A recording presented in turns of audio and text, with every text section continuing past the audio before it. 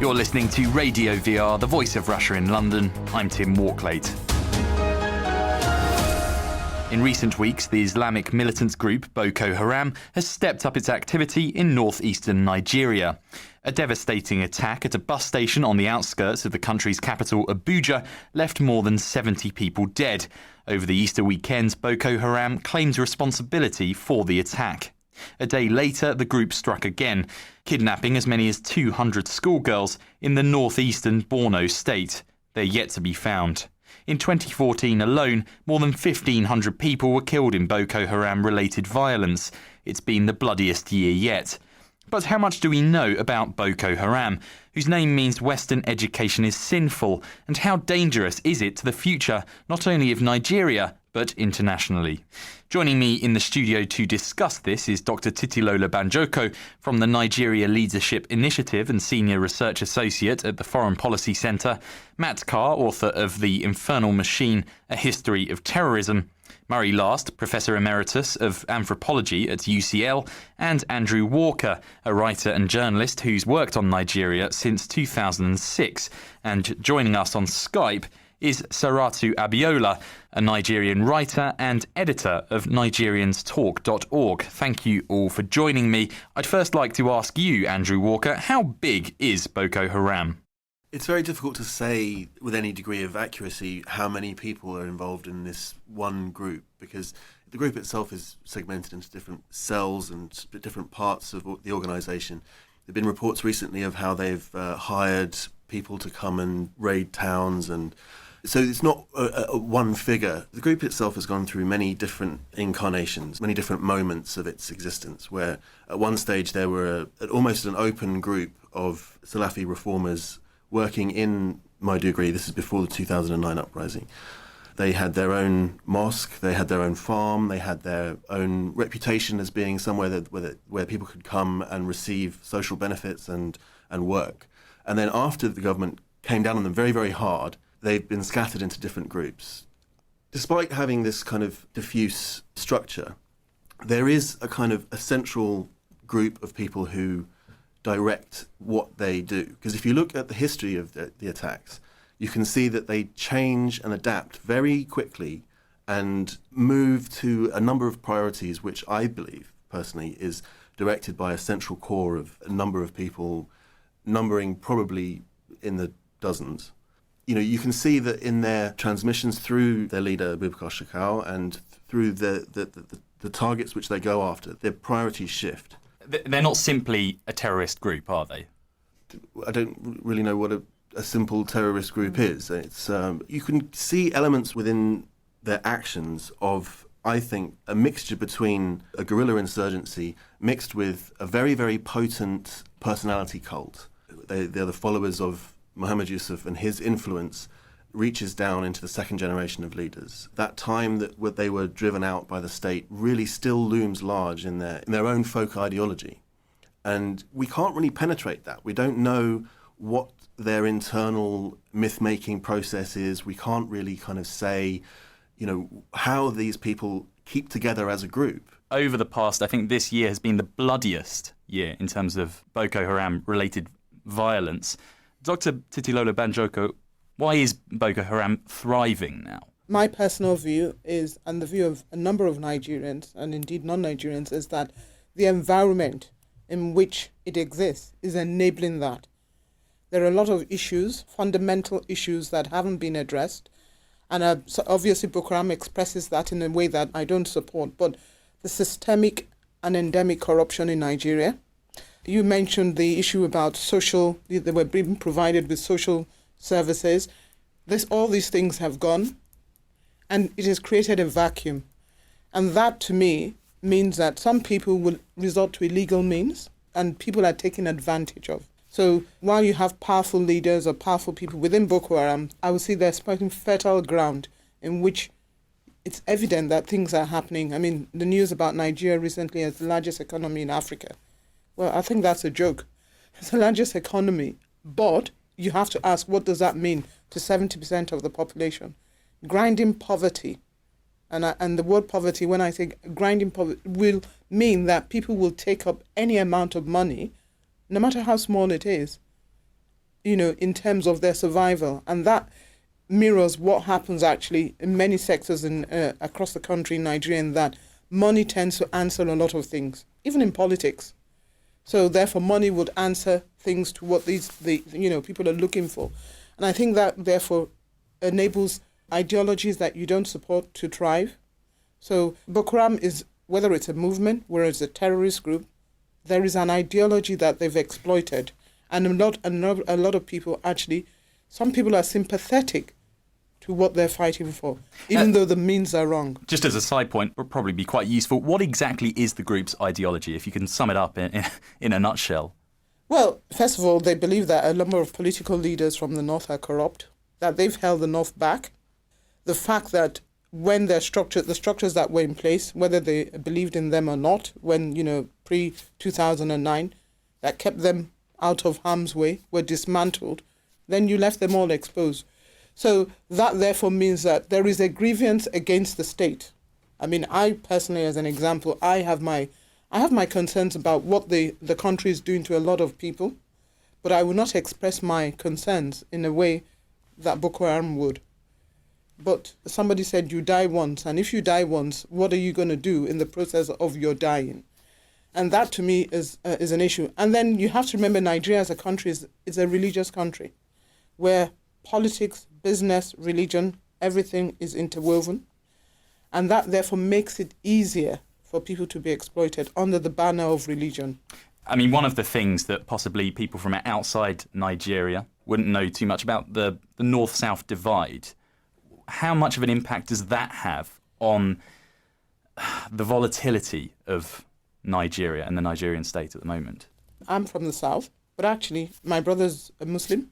My dad was a Muslim. So the divide is not really the religious divide, it's the poverty divide. I know people tend to say that they're predominantly Northerners, Muslims in the North, and predominantly Christians in the South. We mix in the South. There are a lot of Muslims who are there. I have friends who are Muslim. Poverty is the dividing line, and the poverty in the North is just not acceptable at all.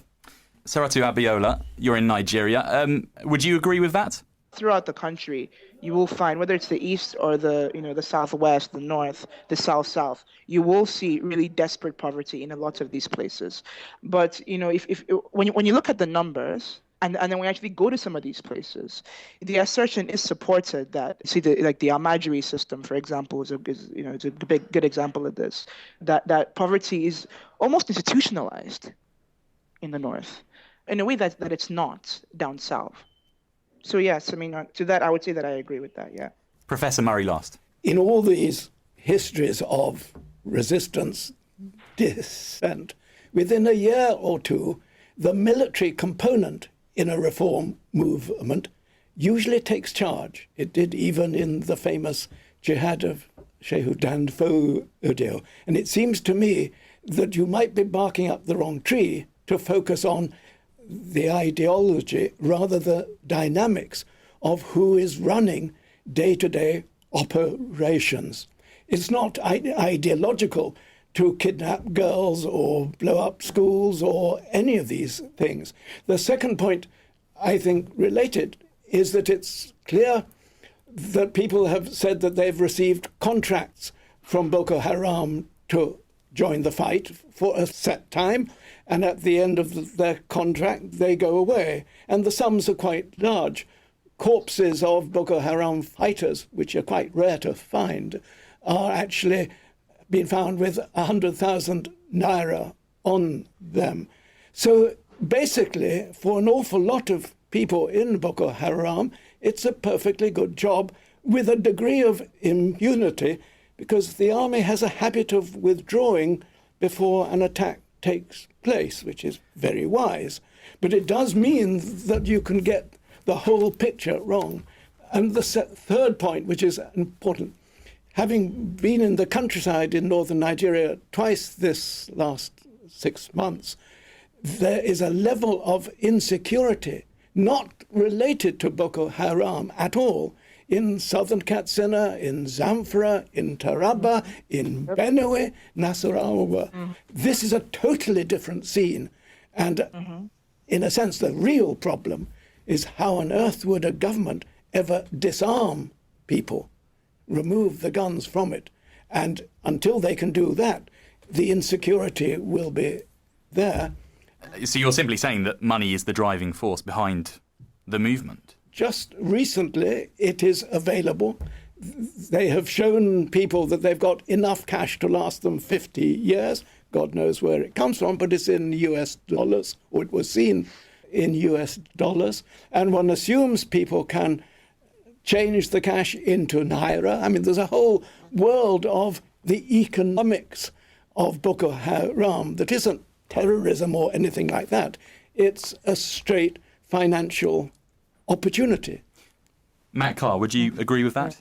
Well, I mean, when you look at the kind of various forms of jihad that are going on internationally, not only in their local manifestations, but also in terms of the way Al-Qaeda-type franchises operate internationally, there's always an overlap between religion, ideology, gangsterism, criminality, getting money in order to do things. A lot of the people involved in that will rationalize various forms of gangsterism, saying that anything is justified if you're going to produce a kind of positive religious result. Reading the International Crisis Group report, I was struck by the kind of similarities between the kind of Boko Haram process, at least in its early stages, and other Islamist jihadist movements in other countries. For example, I mean, the idea that you mentioned before, that Boko Haram might be stronger now, could actually be wrong, because quite often when these movements are in decline, they're often at their most ferocious. If you look at the 1990s in Egypt, for example, the Jamaat Islamiyah, Islamic Jihad, carried out some fearsome attacks in the 90s at the precise point when they were actually losing politically. Also, another interesting thing about Boko Haram is the way that so many of these movements seem to kind of fill into the empty spaces that the state has vacated. They are doing things that the state once should have done, or perhaps in another context the left might have done. They're the ones who go into kind of slum areas, organise communities, provide some kind of explanation as to why people are in the plight that they're in. It might be with a perfectly legitimate protest against the state, against the oppression or repression by the security forces, and then it assumes this kind of moral, religious explanation. The reason you're in this plight is because you've departed from certain first principles in religion. You have that overlapping with what is basically pure gangsterism, would be seen as pure gangsterism in another context, except that gangsterism is always devoted towards this kind of political, religious, ideological end. You're listening to Radio VR, the voice of Russia in London. I'm Tim Walklate. There was mention earlier about Niger. I mean, is there any chance that it could internationalise? There are some suggestions that it has. I think they should always be taken with a pinch of salt, really.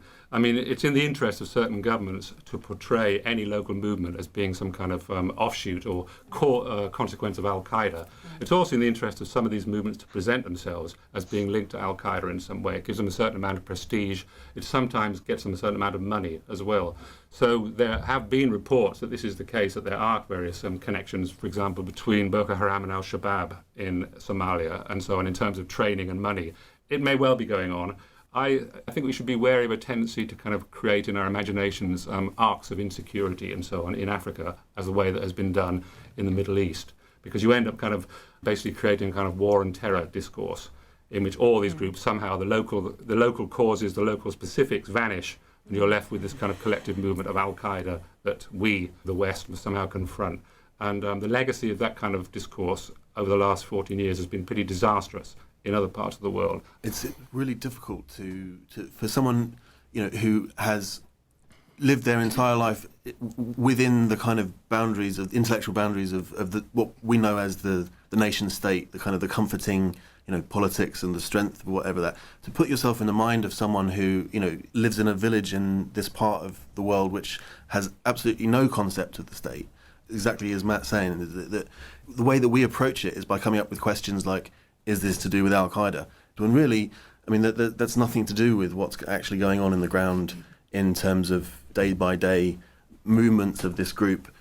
From one village to the next, they turn up, they take over control, they suck up whatever resources they can, money, food, women. Then the next thing happens is the army turned up, they take out all the people who sheltered Boko Haram members, shoot them, then they move on to the next village. It's impossible to kind of link that with this meta debate of, what is Al-Qaeda, what is terrorism. Well, I mean, it's just completely fruitless.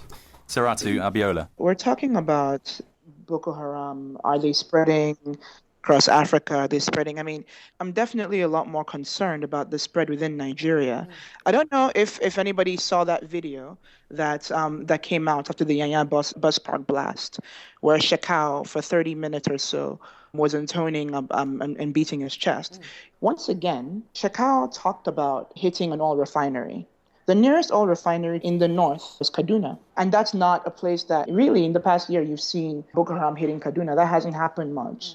So that's something that jumped out at me also. Boko Haram torched a school in Bauchi in the past week. And I think they also claim responsibility for an attack in Taraba. The kind of stuff that we've been seeing in Bauchi and Taraba has been more, the Fulani herdsmen, the skirmishes, that concern grazing land. Nothing really about Boko Haram violence, really, in the past year, at least nothing notable.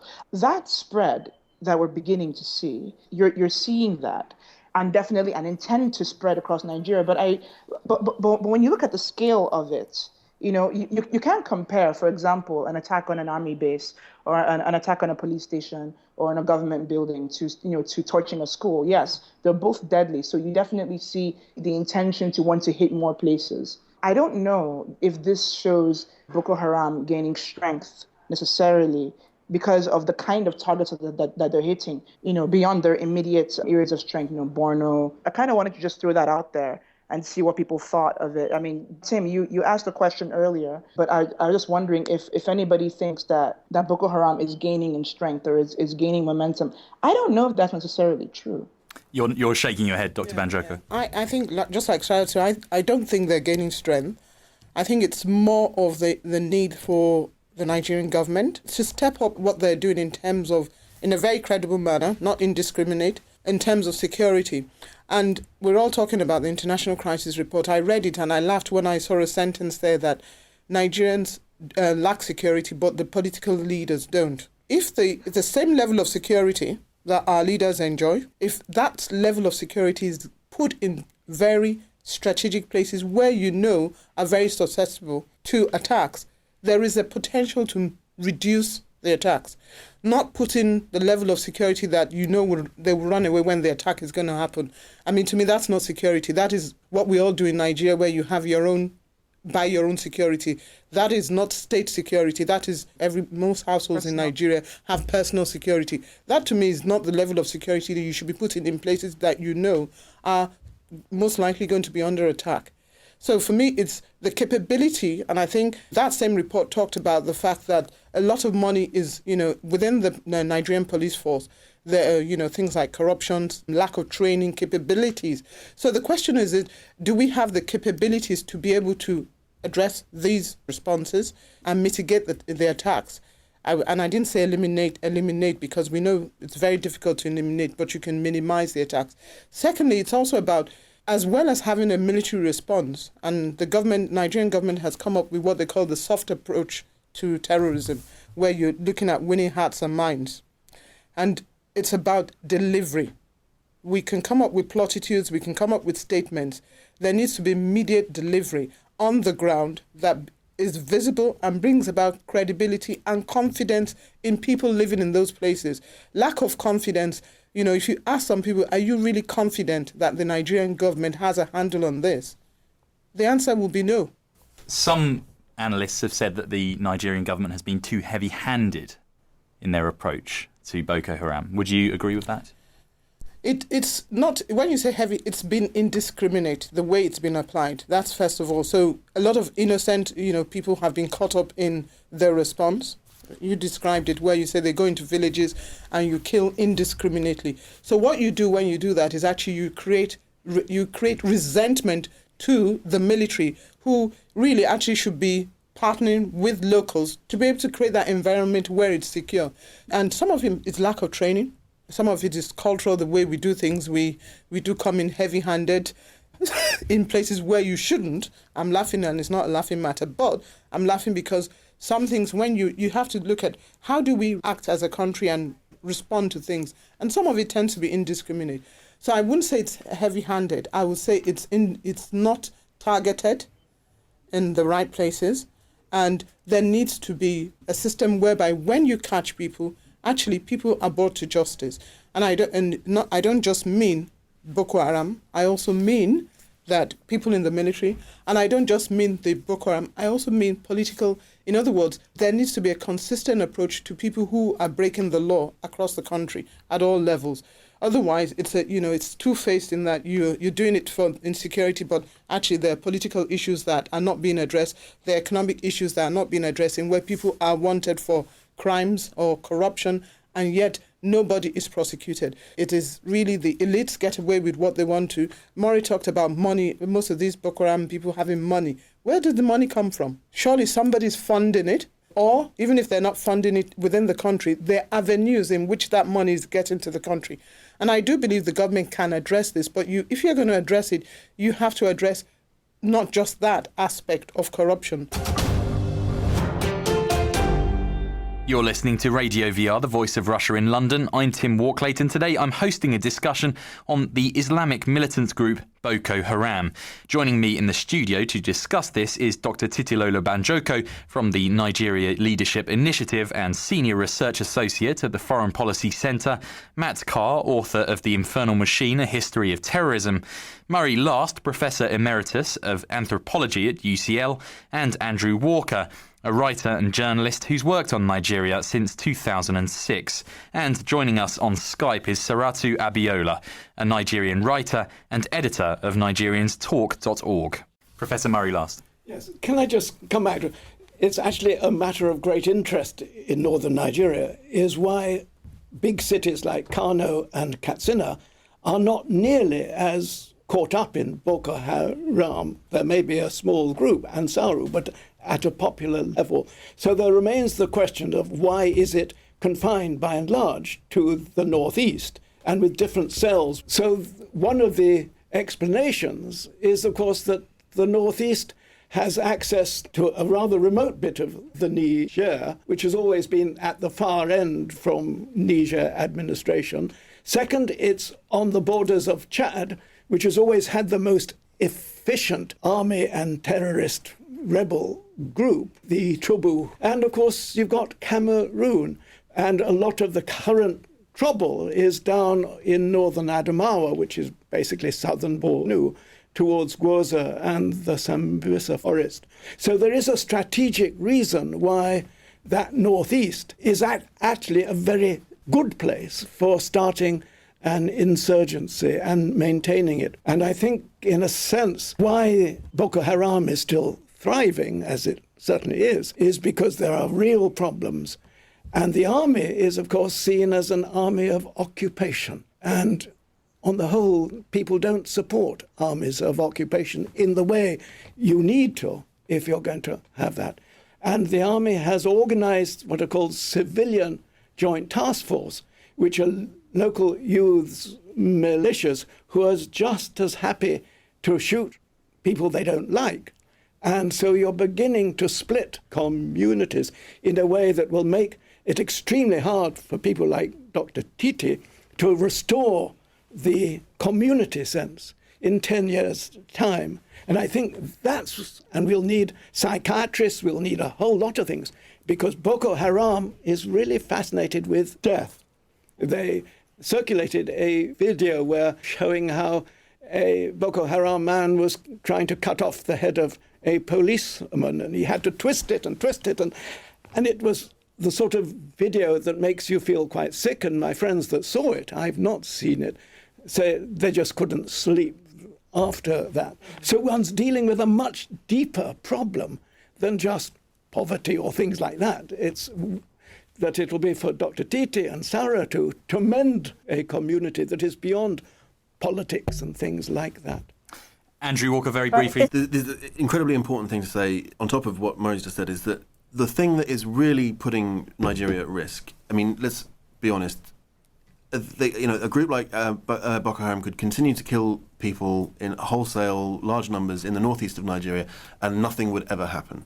But it's the everything around it which has kind of accrued around it, these narratives of North versus South, Muslim versus Christian, that, one particular part of the political elite versus another part of the political elite. That is the real kind of existential worry for Nigeria as a state. And that, that is added onto the very real problems that Professor Last was just talking about. Well, we have to wrap up, but I just want to go around to all of you very briefly. Good Luck Jonathan, at the beginning of the year, said that it's only a matter of time before the government defeats Boko Haram.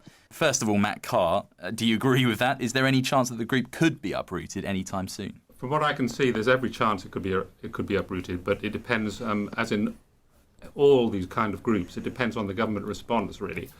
A movement like this can last for years. It could descend into just pure criminality with no kind of political or religious agenda whatsoever.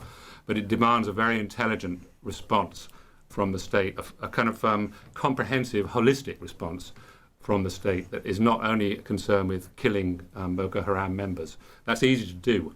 But given the way that the Nigerian security force has killed some of them, what they've actually done is fed a kind of vendetta mentality, which can prove to be surprisingly resilient and durable in itself, stripped of anything else. You simply become involved in this, you killed one of ours, so we'll kill some of yours dynamic. So it requires an extremely intelligent and comprehensive response to resolve it. It is possible. There's no reason why the Nigerian government shouldn't be able to do it, but it remains to be seen whether it will. Andrew Walker. I think it's much more likely that this will continue on into several generations of leaders, and the much more likely scenario is that infighting within the group and kind of dissolution of the spectre of Mohammed Yusuf and the initial assault on their mosque in 2009 kind of dissipates over time, and that is much more likely to kind of bring an end to it, the same way that they were fighting Yantatsine for 10 years afterwards. And even things like in our cultures, the fight against the Red Army faction in West Germany, same kind of thing, that will happen over a longer period of time. Professor Murray last. Yes. First thing, if Boko Haram's leadership makes a massive misjudgment, then it could be wiped out. But the failure will be probably from them of judgment rather than simply the application of bombers and aircraft and all the rest. The history of Nigeria over the last 200 years is exactly as Andrew has said. These things don't die out. You may kill the leader, you may cause a pause, but the anger and the vendetta sense is still there. And the odds are really very high that in 10 years' time there'll be something still going on, even if it may not be on the scale that we are having now. Dr. Banjoko. I mean, it's my hope that they do defeat Boko Haram, and not very soon, because I do want 2015 elections to go ahead in all states in the country, not just this, so that every Nigerian has a right to exercise their votes. For that to happen, the Nigerian government needs to step up its effort in a very concise manner. It needs to address all the issues. It knows what to do. I'm of the view it knows what to do. The question is whether it has the political will to do it. And finally, Saratu Abiola. I worry that the way the security structures are right now would not even allow them to do what they know what to do. If you have the army is simply not equipped to act on local intelligence. Police isn't equipped to gather local intelligence. We don't even have like a witness protection program to encourage more people to come forward.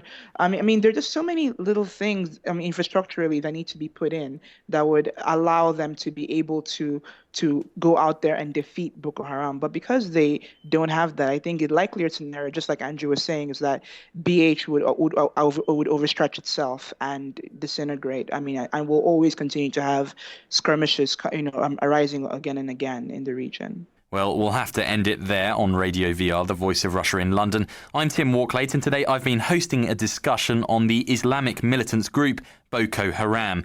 Joining me in the studio to discuss this was Dr. Titilola Banjoko from the Nigeria Leadership Initiative and Senior Research Associate at the Foreign Policy Centre, Matt Carr, author of The Infernal Machine, A History of Terrorism, Murray Last, Professor Emeritus of Anthropology at UCL, and Andrew Walker, a writer and journalist who's worked on Nigeria since 2006. And joining us on Skype was Saratu Abiola, a Nigerian writer and editor of NigeriansTalk.org.